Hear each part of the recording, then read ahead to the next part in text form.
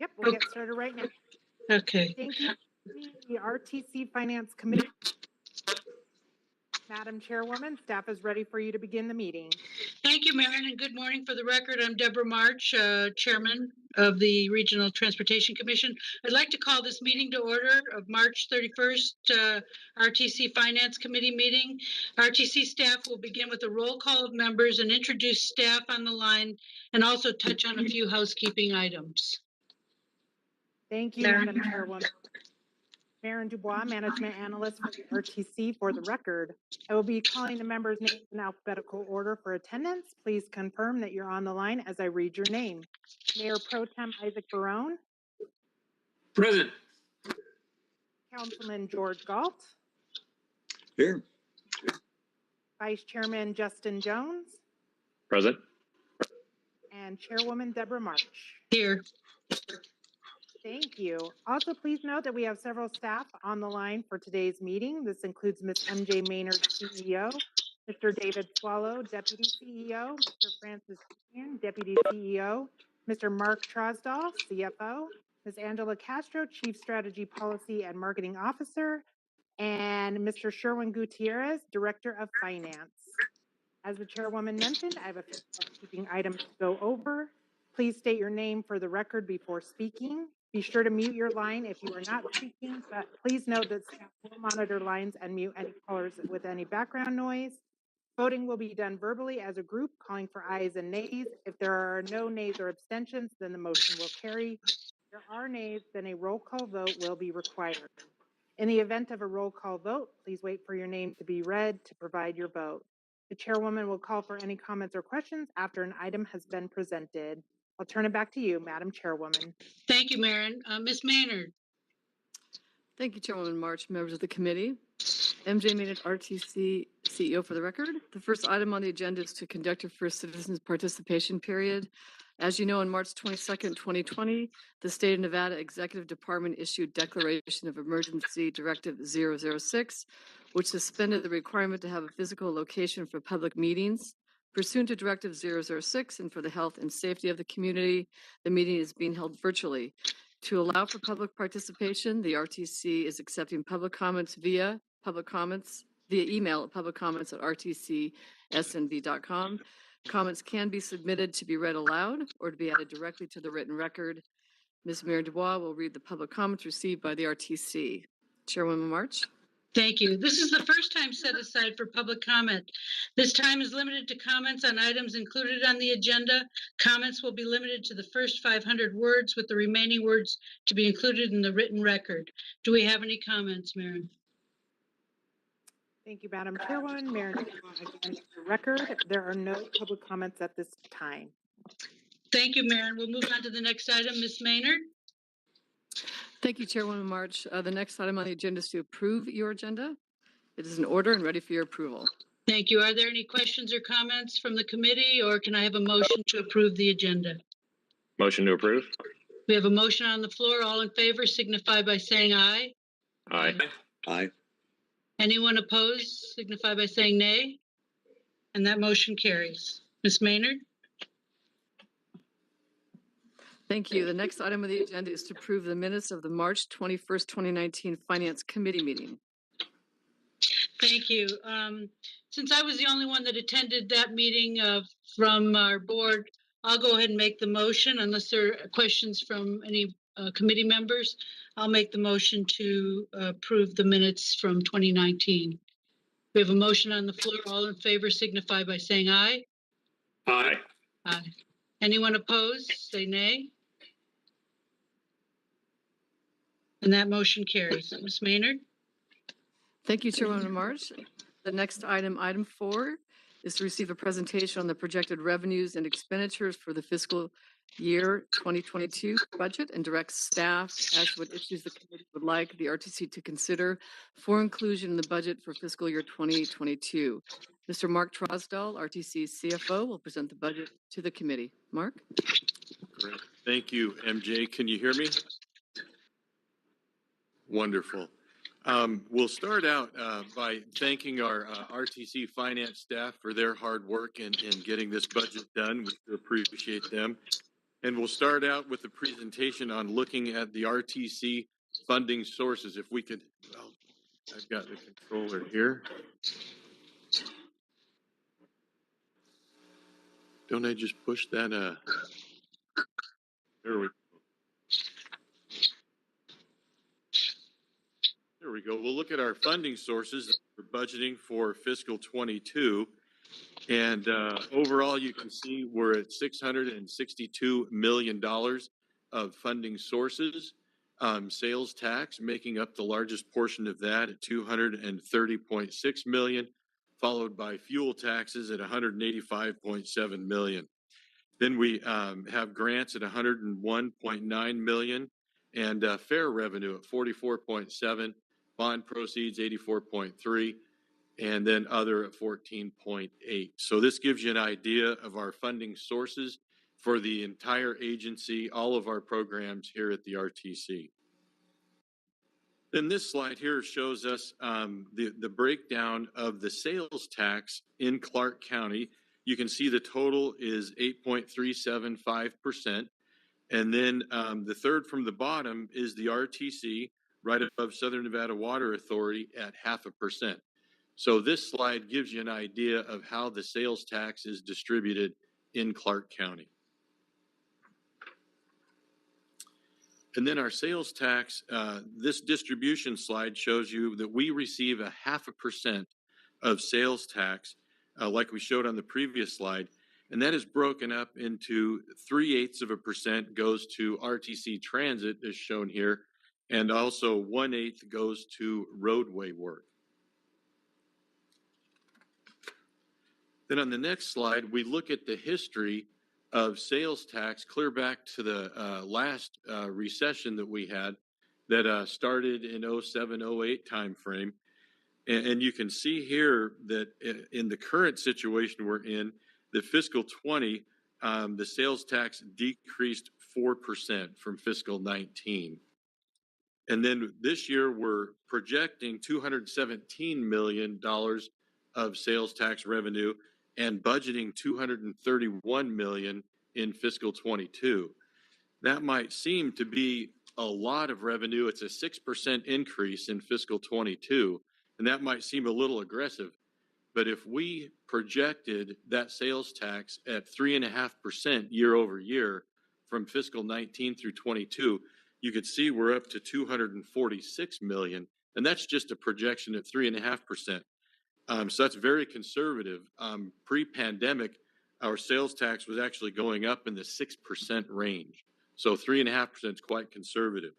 We look at this next slide, and you can see our losses in revenue not following that projection that we had before, and they're significant.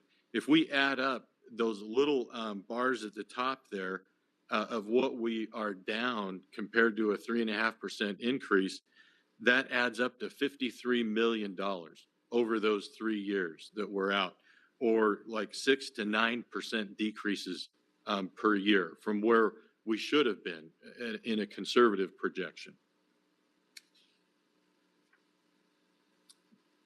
On this next slide, we show the 1/3 that goes to streets and highways, and out of that you can see that we are budgeting $9.2 million that will go to the Clark County Department of Air Quality. And our total budget there for this part of the sales tax is $57.7 million. And then as we look at transit funding sources, this is just for the transit program, you can see here that we're budgeting $324.2 million. And the reason last year, we budgeted a little bit less than that, about $244 million. And the reason for the increase mostly is that sales tax. As you recall, last year, when we were putting together our budgets, we were right at the beginning of the pandemic and had quite a dismal outlook. We budgeted quite a bit less in sales tax. So that's why it's up quite a bit this year. You can see here that we have capital grants budgeted at $57.1 million, operating grants at $37.7, and fares at $44.7, the major components of our revenue budget for transit. And on the next slide, we'll look at the capital grants. You can see here that we're budgeting 57.1 million, and out of that 7.4 million are actually competitive grants. And the rest of it is what we call a formula grant from the FTA, and that's allocated to the RTC based on our ridership and miles in the transit system. So that's why they call it a formula grant. The FTA allots that to us, and then we figure out how we need to use that money. In the discretionary grants, though, there's a lot of neat things there. We are building. We have a bus and bus facilities infrastructure program that we won a grant for that'll help us with a bus wash. We're going to invest in new validators for our fare system. And that was a COVID-19 research demo grant that we won. And then we're also going to buy 2 40-foot hydrogen buses, and that was from a low or no emission grant that we won this last year. And we're also going to be able to buy the hydrogen fueling station for those buses, and that'll fuel up to about 10 or 15 hydrogen buses in that fueling station. We're also going to have a mobile learning lab for our paratransit clients, and that was a Mobility for All pilot program, a grant that we won this last year. And then the build grant that we won in fiscal 18, we do have some money we're going to spend in 22 for the GoMed Medical District program. Then on this next slide, we show the distribution of our current fuel tax rates, and these were effective July 1 of 2020. And you can see here that the RTC has 20.3 cents per gallon for fuel taxes, and that's combined with the motor vehicle fuel tax and the FRI fuel tax.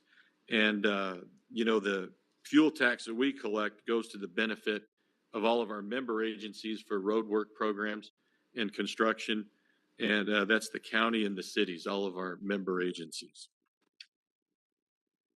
Then this next slide, we show our motor vehicle fuel tax revenue at this part here that we're budgeting 70.6 million for fiscal 22. And then we have a little bit of jet aviation fuel tax, and you'll notice that we've cut that out for fiscal 22. And as we've informed the board in the past, there's that's getting reduced because the Federal Aviation Administration is saying that's not an appropriate use of taxes off the airport. So that's no longer in our budgets.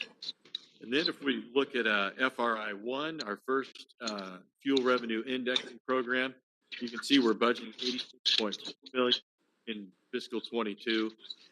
And then we add the second FRI program with 28.7. But it's kind of neat to see the benefit that we're receiving from the FRI program and all the resources that gives us for road construction. Then the next slide, we look at our fare revenue, the history there and what we're projecting. And you can see that the pandemic's had quite a big impact on our fare revenue from the transit system. And then we look here, and it gets divided out into fixed route, the general market, and the strip corridor. You can see the dramatic impact there. And if we look at that loss of revenue and compare like fiscal 20, 21, and 22 with fiscal 19, and if we projected those 20, 21, and 22 at $64.5 million, that would be a total loss of revenue of $69.1 million. So that's really had a big impact on the RTC transit system. And that $69.1 million, as you look at this, you can see that's easily more than one full year of revenue that we're down. Then we look at the ridership for both those segments, also general market and strip corridor, and you can see that's very consistent with the revenue. Then we go into funding uses on this next section here. And you can see this is funding uses for the entire agency again, as compared to funding sources as we started out with. And again, we have 662 million of uses. You can see our greatest portion of those expenditures is capital outlay at 290.8 million, and then contracted services of 243.3 million, which is mostly made up of public transit contracts for fixed route and paratransit services. Then you can see our debt service, our kind of annual debt payment, if you will, of 81.8 million, and then salaries and benefits at 46.1. And that's again for the entire agency. And then the largest part of that is capital outlay, which we'll look at a little closer here. And you can see that 74% of that is for roadways. And again, that benefits our member agencies, the county and the cities. And then transit capital outlay is 73.4 million, and then 1.3 million for administration. Then we look at the transit capital budget. You can see here we're budgeting the 73.4 million, and out of that 57.1 million is grant funded. And those grants usually run between 65 and 85%. And so, as I mentioned earlier, here's some highlights of the transit capital budget. And I mentioned earlier that we did win a grant for a federal low-no grant for 3.9 million to buy 2 hydrogen buses and construct hydrogen fueling infrastructure for up to 15 buses. This is a wonderful program. We're heading into hydrogen and electric buses into the future. We're also looking at fiscal 22 to initiate a study to assess the infrastructure needs at each bus yard for electricity demands required to charge battery electric buses in the future. And then we are budgeting for fare validators, as I mentioned earlier, and also some bus shelters, as you can see in the photo here.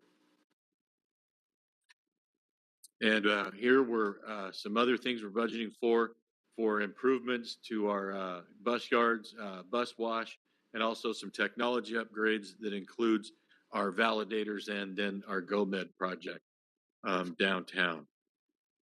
Then we get into the debt section of this presentation.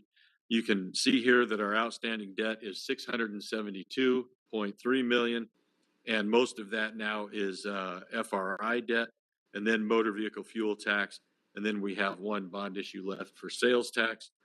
And then if we look at that debt service on this slide of 81.8 million, you can see what that is made up of there, which is very similar to the outstanding debt. Then this next slide, we show our outstanding motor vehicle fuel tax debt, a history of that. And then we add on to that our sales tax and then the FRI debt. And you can see here our history. We kind of peaked in fiscal 17, and then we've dropped that debt. The whole idea here is we want to minimize our debt so that we can do mostly pay-as-you-go type projects. The more we spend on interest, the less we can spend on projects. So we like to only borrow what we absolutely need to keep the projects going for the member agencies. And then here you can see our debt issuances over the years that we've done. We're at 428 million for FRI debt, and we do have a new one that we're doing in 2021. We will sell $100 million of bonds in April, and that transaction will close in May. Then you can see our motor vehicle fuel tax bonds here for 213 million. And then we have one bond left in our sales tax program at $30 million. Then we go in to look at transit funding uses, and you can see that contracted services makes up the majority of that at 217.9 million. And then the capital outlay, as we've talked about, is 73.4. Then salaries and benefits at 20.6. and then transfers to our administrative fund of 12.3 for a total of $324.2 million for transit funding uses. And out of that, the contracted services, our biggest one is fixed route. And you can see here that we're budgeting $124.2 million for the fixed route transit services. And on April 12th, most of you are aware, we're going to have a board retreat. And at that point, we will present the plan to restore the transit service. And that will explain a lot more in that retreat about that. And then you can see our fixed route service hours, very consistent with the transit service expenditure that we showed on the previous slide. We're budgeting 1.73 million hours of service in fiscal 22. Again, recovering our transit service. Then we look at the paratransit contract cost, and we expect that to come back from 21 up to about 49 million in fiscal 22. And our transit security cost, you can see here, we're budgeting that 11.7 million. We do have a new contract there that includes a lot more security officers and technology to enhance our security program in our transit system. And then this next slide is a history of our fuel cost. You can see back in 2013, we were at almost $20 million, and you can see that declined over the years. This is due to transitioning our fleet from diesel buses to compressed natural gas buses, and we've received a benefit for alternative fuels from the IRS in the form of a alternative fuel excise tax credit. So we've actually received $22 million since fiscal 2010 on that program. And then as a reminder, we are working with Southwest Gas for renewable natural gas, which will also help us save a little more money on our fuel budget. So we look at this next slide, and even though that fuel budget's gone down quite a bit, you can see that our miles that we are incurring on our transit system as projected, at 31.4 million, we're still way up there in the miles, but we've saved a lot of money on the fuel. And that's the end of my prepared remarks. I'd be glad to answer any questions you might have.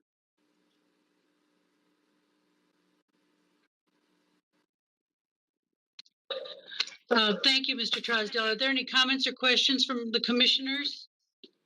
I do, Yes. Madam Chair. Thank you, Justin. Yeah, so two main questions. First of all, when it comes particularly to capital outlays, the current administration has provided already some federal funds, but also I understand that the infrastructure bill will be rolled out later today, and a key part of that is going to be transit and conversion over to more fuel efficient transit lines. Obviously, we can't include that now in the fiscal year 22 budget because we don't know what more is coming in. But how do we deal with that going forward if the money does materialize? Commissioner, this is MJ Maynard for the record, RTC. We actually have been working on, the team's been working on a fleet conversion plan to a zero electric fleet, which we are looking forward to sharing with you. I think if you look at the entirety of the plan in terms of the climate initiative from the state, where the state's hoping carbon free by 2050, our plan, we plan on being zero emission in 2038. So we've got it's an aggressive plan. It unfortunately isn't as front loaded, I think, as we'd all would like. We're working closely with NV Energy, just met with them last week to discuss the capacity constraints that we have in our current yards. But as Mark mentioned, we've got a study underway. And so we are going to be aggressive in going after any funding opportunity to look to convert our vehicles to either battery electric or hydrogen fuel cell with an intention of looking at Parkway. To that subfleet will be all electric, but our plan, commissioners, to again be as aggressive as we can in trying to obtain every dollar of funding that we can to make that a possibility or reality. Thank you. And just more generally, in terms of not just conversion of bus fleets, but is there, if there ends up being a windfall from the infrastructure bill for everything that RTC does, do we just do a supplemental financial committee meeting at some point during the year and then augment the budget, or how does that work? Yeah, we can augment the budget at any time during the year, and absolutely we can do that as opportunities arise. So we'll, yeah, as MJ mentioned, we have plans in the future for transit. Then we're also looking at our member agencies and their road construction projects to see if there's something to do there as those opportunities arise. Thank you. Thank you, Commissioner. Commissioner Barone? Oh, yes. Thank you there, Madam Chair. Just real quick, thank you very much. Good presentation. I always wonder, you know, in North Vegas, of course, we're like the kings of refinancing because, of course, you know, we've had an upward step in our bond rating. Actually, we went from junk to actually investment grade, and we've saved a lot of money, I think, for the taxpayers with refinancing. Have there been any refinancing opportunities for the RTC, considering the really still the historically low rates that are available right now? I don't know if there have been any refinancing rates or opportunities for the older loans that have been around for a while. Oh, absolutely. I think we just finished one up. Was before the election, October. We refunded $140 million of sales tax bonds, and actually refunded them with fuel tax revenue, and saved a lot of money there. So, and we're always constantly looking at our bond portfolio to see if there's some advanced refundings we can do, which, you know, that's kind of changed a little bit. We can't do those that much anymore, and they're looking to change those rules back to where we can. But we do, when that 10-year park haul comes up, that's a real easy way to save a lot of money, is to refund. Absolutely. Thank you very much. That's good stewardship. Thank you so much. Thank you. Thank you. And on that note, too, if we see market changes where rates may go up, might it be a time that we look at more bonds than we had planned to purchase? To acquire more at a lower rate? Yeah, that's something to look at, and we do analyze that. If, you know, we think that rates could go up, and we got to look at that compared to what does it cost us to carry that debt for the, you know, the extra period. You know, are we going to borrow, you know, more than a year out? And we've tried to keep that to where we only borrow for what we need over the next 6 months to 12 months to reduce that, you know, carrying cost of the debt. So, and the nice thing about our debt portfolio is very conservative. It's all fixed rate debt. So as rates go up, it does not impact our existing bond issues. Thank you. Commissioner Galt, did you have any questions, or?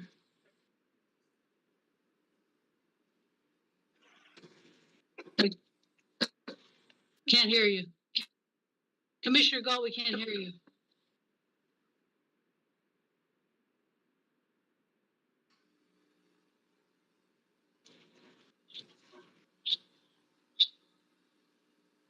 Did we lose Commissioner? No, I hope not. Oh, there you are. Okay. Yeah, just having trouble getting it to unmute itself. No, I don't have any questions. It's obviously a very complex budget. And I'd say to Mark, thanks for a good presentation and sound handling of, or at least what I consider sound handling of the budget. Oh, Thank you. Thank you very much. Couple of questions for you. Obviously, we've lost revenue on the Strip because of the pandemic. And then we've had a busy weekend this last weekend. Did we see any changes in the revenue with regards to Strip activity, use of our buses? Yes, we did. Been a good, the last couple weekends have been pretty good. You know, we were way down early on in the pandemic, and then we were riding right around, you know, about 40 to 50% down, and now we've improved. Here in March looks pretty good. I think the last I looked, we're down about 35%, 35% on the strip. So it does look like we're coming back some. Chairwoman March, MJ Maynard for the record. Yes. I'd like Francis Julian to explain. We're sort of enhanced our service delivery in the resort corridor. So Francis, if you'll explain that. Yes, good Thank morning, you. Mayor. So we've actually modified the way we're operating the strip to actually modulate the number of vehicles according to the crowds and the demand. And so far this month, we're actually seeing quite a hefty profit in that new way of managing the strip. So going forward, we're just testing new technology that's going to help us even fine tune these concepts. And going forward, hopefully, we'll still be able once again to make profits on the strip. And Wonderful. Wonderful. And maybe in the future, as like on a regular basis, we get an update on the improvements that we're seeing along the strip corridor. Obviously, that's critical to us in terms of providing service elsewhere in the valley as well, ongoing. Yes, definitely. In our state of the transit, we'll definitely report on it. That's right. As you know, Mayor, you'd asked for a quarterly financial update, and we'll make sure to include that as well during that item. Thank you. And then a couple of other questions. Fuel tax. I know you showed the breakdown of RTC's portion, and then Clark County also receives a portion. Is the Clark County portion used for unincorporated county, and do they coordinate with us in terms of the delivery of what we're providing in terms of roadway improvements and other services? Yeah, I think the county used their portion not only for unincorporated areas in the county, but they also share that with the city. Great, wonderful. And then the other thing was the obviously the hydrogen versus the electric buses. Obviously, as you said, we'd love to see more front-end loaded services and resources. But given that we're going to be building some hydrogen stations, knowing that maybe at some point we may move to fully electric system. And Chairwoman March, that's correct. So the plan is again, it's a plan that we're going to update every year because as technology continues to improve, currently hydrogen fuel cell electric buses work for those runs, those routes, if you will, that require over 200 to 300 miles.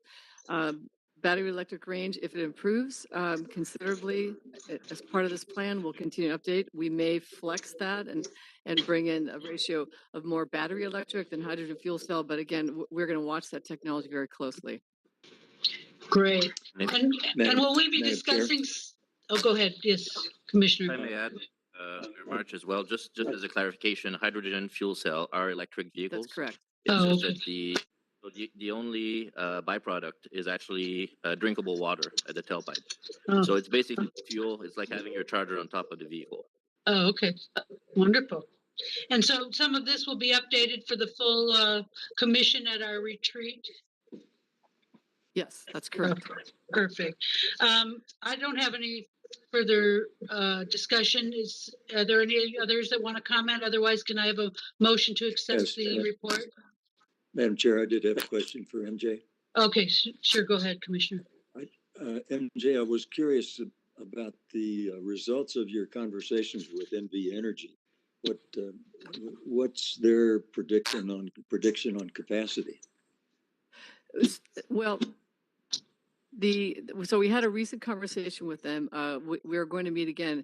When we had the conversation with them last week, we were referencing a meeting that we had last year where they came out and it was their thought that the current capacity at both of our bus yards, we could potentially handle 5 electric vehicles at each yard. So the amount of electricity, the amount that our grid, if you will, at each bus yard could handle charging 5 electric vehicles. Obviously, because we wanted to transition to a complete zero emission vehicle, we're going to work closely with them. They are going to come out and help us assess what that looks like, whether it's an additional transformer, which, by the way, we wouldn't need to purchase. It would just be part of what we pay in terms of kilowatt hours. So it's again, it's a plan that it's unfolding before us, and MV Energy is going to be a partner with us side by side as we determine what we need to increase the capacity at each year. Thanks. Thank you. Any other questions or comments? Can I have a motion to accept the presentation with the So feedback? moved. We have a motion on the floor. All in favor signify by saying aye. Aye. Aye. Aye. Anyone opposed, say nay. And that motion carries. Ms. Maynard? Okay, Chairwoman March, and the last item on the agenda is your final citizens participation. Thank you. This is the second time set aside for public comment. Just a reminder that comments will be limited to the first 500 words and the remaining words will be included in the written record. Do we have any comments? Thank you, Chairwoman March. Again, Mayor Dubois for the record. There are no comments at this time. That concludes your public comment.